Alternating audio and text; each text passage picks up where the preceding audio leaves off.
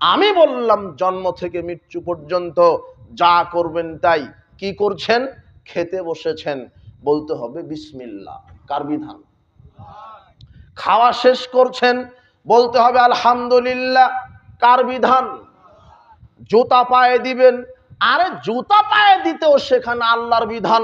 রাসূল সাল্লাল্লাহু আলাইহি ওয়াসাল্লাম বলছেন, যখন জুতা পায়ে দিবে ডান পা আগে দাও, পায়ে দেওয়ার সময় বিসমিল্লাহ বলো।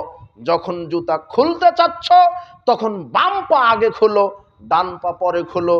জুতা যে পায়ে দিবেন ওখানেও কার বিধান? যখন পোশাক গায়ে দিবেন সেখানেও আল্লাহর বিধান।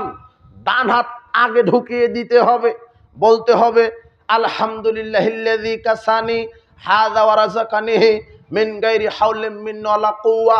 আল্লাহর বিধান। আপনি ঘুমাতে যাবেন, আল্লাহুম্মা বিসমিকা আমুতু ওয়া আহইয়া। আল্লাহর বিধান। ঘুম থেকে উঠবেন, আলহামদুলিল্লাহিল্লাযী আহইয়ানা বা'দা মা আমাতানা ওয়া ইলাইহিন নুশুর। সেখানেও আল্লাহর বিধান।